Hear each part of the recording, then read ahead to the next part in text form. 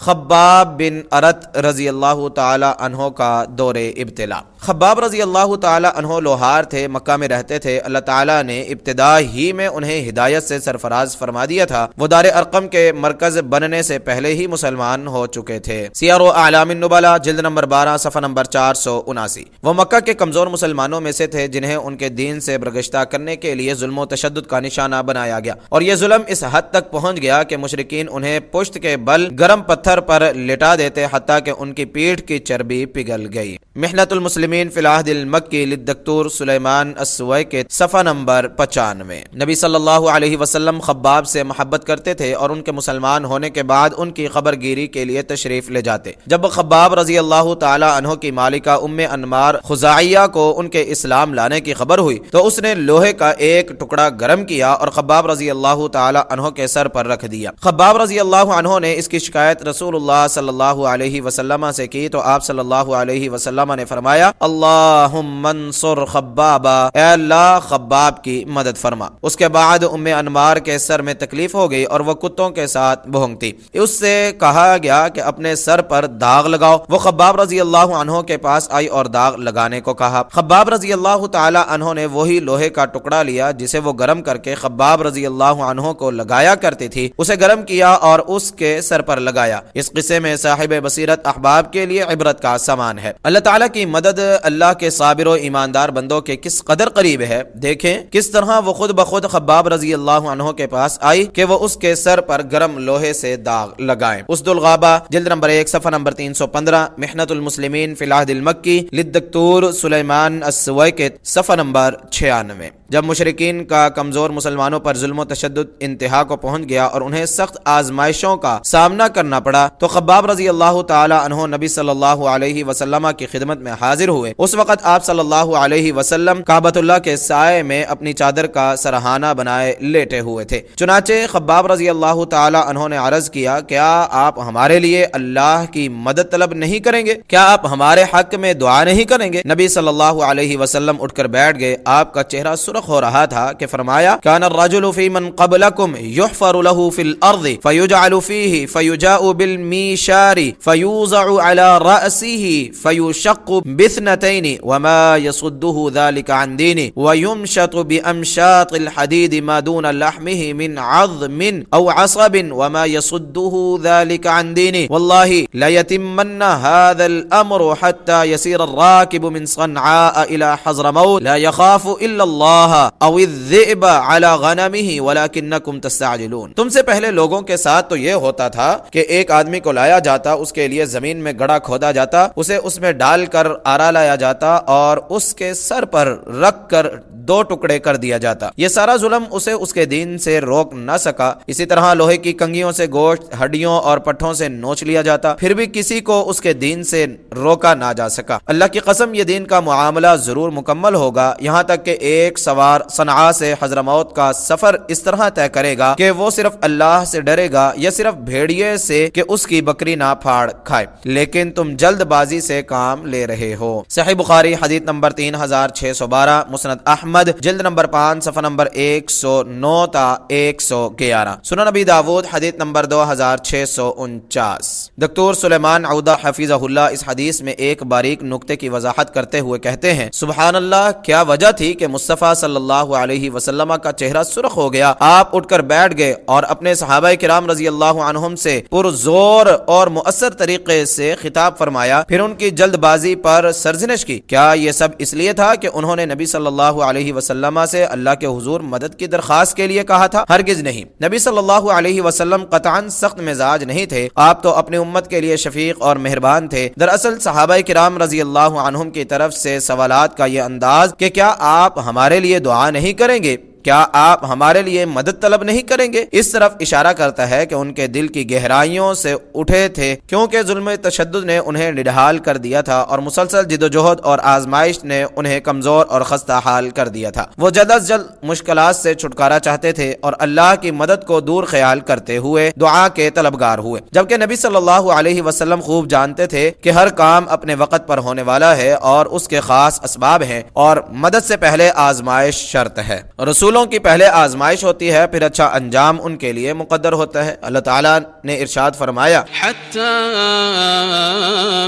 إذا استيأس الرسل وظنوا أنهم قد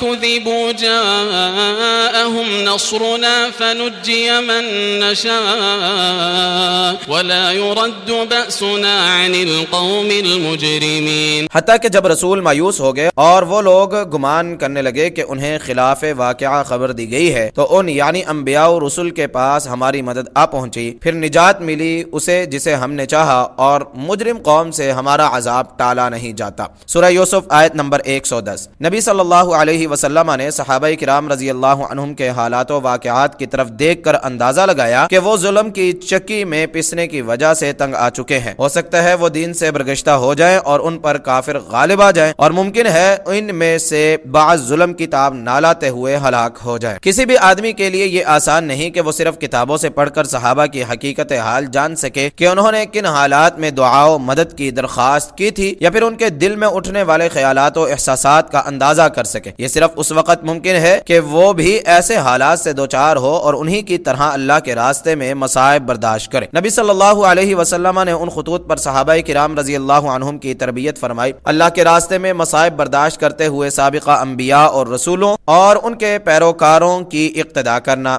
نبی صلی اللہ علیہ وسلم اس سلسلے میں سابقہ انبیاء کے قصص بیان فرماتے تھے۔ اہل ایمان کے دلوں میں جنت میں تیار نعمتوں کی رغبت پیدا کرنا اور کافروں کو میسر دنیاوی زیب و زینت کے دھوکے میں نہ آنا، مستقبل پر نگاہ رکھنا کہ اللہ اسلام کو دنیا میں اپنی مدد سے نوازے گا اور اہل کفر اور نافرمانوں کو رسوا کرے گا۔ یہاں یہ بات بطور خاص قابل ذکر ہے کہ مذکورہ تمام روحانی پہلوؤں کے ساتھ ساتھ نبی صلی اللہ علیہ وسلم مختلف قسم کے مادی ذرائع بھی بروئے کار لاتے اور اس سلسلے میں مکمل منصوبہ بندی فرماتے تاکہ آپ کے پیروکار ظلم و اذیت سے چھٹکارا پائیں اور مشرکین کے فتنوں سے محفوظ رہیں، اور ایسی ایک ریاست قائم ہو جائے جس میں ہر مسلمان کو اپنی مرضی کے مطابق اپنے رب کی عبادت کے مواقع میسر ہوں اور دعوت اللہ کے راستے میں حائل تمام رکاوٹیں دور ہو جائیں۔ الغرباء الاولون للدکتور سلیمان العودہ، صفحہ نمبر 145-146۔ خباب رضی اللہ تعالی عنہ نے مشرکین کی طرف سے ملنے والی ایذاؤں، بدسلوکی اور حقوق چھننے کا ذکر کیا۔ وہ یہ سب کچھ انہیں کفر کی طرف لوٹانے کے لیے کرتے تھے۔ خباب رضی اللہ تعالی عنہ کہتے ہیں، میں ایک لوہار پیشہ آدمی تھا، میری عاص بن وائل کے ذمے کچھ رقم تھی، میں اس کے پاس گیا تاکہ اپنی رقم وصول کر سکوں۔ اس نے کہا، میں تجھے اس وقت تک تیری رقم ادا نہیں کروں گا جب تک کہ تو محمد صلی اللہ علیہ وسلم کی رسالت کا کفر نہ کرے۔ میں نے جواب دیا، تو مر کر دوبارہ بھی زندہ ہو جائے پھر بھی میں کفر نہ کروں گا۔ اس نے کہا، کیا مجھے مرنے کے بعد دوبارہ زندہ کیا جائے گا؟ اگر اس طرح ہوگا تو سن لے، اس وقت مجھے میرا مال اور میری اولاد لوٹائی جائے گی اور میں تیری رقم واپس کر دوں گا۔ عاص بن وائل کے بارے میں یہ آیت نازل ہوئی۔ أفرأيت الذي كفر بآياتنا وقال لأوتين مالا وولدا أطلع الغيب أم اتخذ عند الرحمن عهدا كلا سنكتب ما يقول ونمد له من العذاب مدا ونرثه ما يقول ويأتينا فردا۔ پھر آپ اس شخص کے بارے میں بتلائیے جس نے ہماری آیات کا انکار کیا اور کہا مجھے ضرور مال اور اولاد دی جائے گی۔ کیا اس نے غیب کی اطلاع پا لی یا رحمان کے ہاں کوئی عہد لے لیا ہے؟ ہرگز نہیں، ہم ضرور لکھیں گے جو کچھ وہ کہتا ہے اور ہم اس کے لیے عذاب بہت بڑھا دیں گے اور ان چیزوں کے ہم وارث ہوں گے جو وہ کہتا ہے اور وہ ہمارے پاس اکیلا آئے گا۔ سورہ مریم آیت نمبر 77 تا 80۔ کہا جاتا ہے کہ عمر رضی اللہ تعالی عنہ نے اپنے دور خلافت میں خباب رضی اللہ تعالی عنہ سے اللہ تعالی کے راستے میں پہنچنے والی تکالیف کے متعلق سوال کیا تو خباب رضی اللہ تعالی عنہ نے اپنی پشت سے کپڑا اٹھایا جو پھل بہری کی طرح ہو چکی تھی۔ عمر رضی اللہ تعالی عنہ نے فرمایا تو نے اس دن جیسا سخت دن نہ دیکھا ہوگا۔ خباب رضی اللہ تعالی عنہ بولے اے امیر المؤمنین، انہوں نے میرے سامنے آگ جلائی، پھر مجھے اس میں جھونک دیا اور ایک آدمی نے اپنا پاؤں میرے میرے سینے پر رکھا، آگ میری چربی سے بجھی اور زمین میری پشت کی وجہ سے ٹھنڈی ہو گئی۔ الروز الانف للسہیلی، جلد نمبر 2 صفحہ نمبر 98۔ عبداللہ بن مسعود رضی اللہ تعالی عنہ کی آزمائش۔ تبلیغ کے لیے لوگوں سے میل جول میں نبی کریم صلی اللہ علیہ وسلم کا طریقہ کار حکیمانہ تھا۔ آپ بڑے لوگوں اور قبائلی سرداروں سے بڑی نرمی اور پیار سے گفتگو فرمایا کرتے تھے اور اسی طرح بچوں سے شفقت کے ساتھ پیش آتے۔ عبداللہ بن مسعود رضی اللہ تعالی عنہ نبی کریم صلی اللہ علیہ وسلم کے ساتھ ملاقات کا ایک عمدہ قصہ بیان فرماتے ہیں کہ میرے لڑکپن کا زمانہ تھا، میں عقبہ بن ابی معیط کا غلام تھا اور اس کی بکریاں چرایا کرتا تھا۔ ایک دن رسول اللہ صلی اللہ علیہ وسلم اور ابو بکر رضی اللہ عنہ میرے پاس آئے اور کہا، اے لڑکے، کیا تیرے پاس دودھ ہے؟ میں نے کہا ہاں، لیکن یہ تو میرے پاس امانت ہے۔ نبی صلی اللہ علیہ وسلم نے فرمایا، هل من شاة لم ينزع عليها فحل، کیا تیرے پاس ایسی بکری ہے جس سے نر نے جفتی نہ کی ہو؟ میں ایسی بکری آپ صلی اللہ علیہ وسلم کے پاس لے آیا، آپ نے اس کے تھن پر ہاتھ پھیرا تو دودھ اتر آیا اور انہوں نے اسے ایک برتن میں دو لیا۔ پھر آپ صلی اللہ علیہ وسلم اور ابو بکر رضی اللہ تعالی عنہ نے وہ دودھ پیا اور تھن سے کہا، اقلس، سکڑ جا، تو وہ سکڑ گیا۔ عبداللہ بن مسعود رضی اللہ تعالیٰ عنہ فرماتے ہیں کہ پھر میں ان کے پاس آیا اور کہا، اللہ کے رسول، مجھے بھی یہ مبارک کلام سکھا دیجئے۔ آپ صلی اللہ علیہ وسلم نے میرے سر پر ہاتھ پھیرا اور فرمایا، یرحمک اللہ فإنک غلیم معلم، اللہ تجھ پر رحمت فرمائے، بلا شبہ تو چھوٹی سی عمر میں بڑا پڑھا لکھا بچہ ہے۔ مسند احمد جلد نمبر 1 صفحہ نمبر 379 اور 462۔ مسند ابی یعلا حدیث نمبر 4985۔ مسند ابی داود الطیالسی حدیث نمبر 353۔ حلیۃ الاولیاء لابی نعیم جلد نمبر 1 صفحہ نمبر 125۔ البدایہ والنہایہ جلد نمبر 3 صفحہ نمبر 32۔ سیر اعلام النبلاء جلد نمبر 1 صفحہ نمبر 465۔ اس طرح دو جملے عبداللہ بن مسعود رضی اللہ تعالی عنہ کے اسلام لانے کا سبب بنے۔ پہلا وہ جو خود عبداللہ بن مسعود رضی اللہ عنہ نے کہا، یہ میرے پاس امانت ہے، اور دوسرا وہ جو نبی صلی اللہ علیہ وسلم صادق و مصدوق نے ارشاد فرمایا، بلا شبہ تو چھوٹی سی عمر میں بڑا پڑھا لکھا بچہ ہے۔ ان دو جملوں کا عبداللہ بن مسعود رضی اللہ عنہ کی زندگی میں بڑا عمل دخل تھا۔ بعد ازاں وہ صحابہ کرام رضی اللہ عنہم میں سے جید علماء کرام کی صف میں شمار ہوئے، وہ اہل ایمان کے قافلے میں شامل ہو گئے اور اس بت کدے میں شرک کا قلع کما کرتے نظر آنے لگے۔ وہ ان ابتدائی ایمان لانے والوں میں سے تھے جن کے اللہ تعالیٰ نے قرآن کریم میں مدح سرائی فرمائی ہے۔ عبداللہ بن مسعود لعبد الستار الشیخ صفحہ نمبر 43۔ حافظ ابن حجر رحمہ اللہ سیدنا عبداللہ بن مسعود رضی اللہ عنہ کے بارے میں فرماتے ہیں، وہ اسلام میں مسابقت کرنے والوں میں سے ایک تھے، ابتدائی دور ہی میں مسلمان ہوئے اور دونوں ہجرتیں کی، بدر اور دیگر تمام غزوات میں شرکت کی، نبی صلی اللہ علیہ وسلم کے ساتھ ساتھ رہے اور وہ آپ کے نعلین مبارک اٹھانے والے تھے۔ الاصابہ جلد نمبر 6 صفحہ نمبر 214۔ سب سے پہلے بلند آواز سے قرآن مجید پڑھنے کی سعادت۔ باوجود یہ کہ عبداللہ بن مسعود رضی اللہ عنہ کسی کے حلیف تھے، ان کا اپنا کوئی قبیلہ نہ تھا جو ان کی حفاظت کرتا، اور وہ خود کمزور جسم اور باریک پنڈلیوں والے تھے، ان کی شجاعت اور قوت ارادی میں کوئی کمی نہ آئی۔ عبداللہ بن مسعود رضی اللہ عنہ کے دعوتی سلسلے میں کارنامے قابل فخر ہیں۔ ان میں سے ایک کارنامہ وہ تھا جو مکہ میں دعوت اسلامی کے ظہور کے بعد پیش آیا اور قریش نے ان پر بہت ظلم کیا۔ وہ سرداران قریش کے پاس کھڑے ہو کر بلند آواز سے قرآن کی تلاوت کرنے لگے اور اس طرح انہوں نے ان کفار کے بند کانوں اور مقفل دلوں پر ضرب لگائی۔ عبداللہ بن مسعود لعبد الستار الشیخ صفحہ نمبر 45۔ سیدنا عبداللہ بن مسعود رضی اللہ تعالی عنہ نے نبی کریم صلی اللہ علیہ وسلم کے بعد مکہ میں سب سے پہلے بلند آواز سے قرآن کریم کی تلاوت کی۔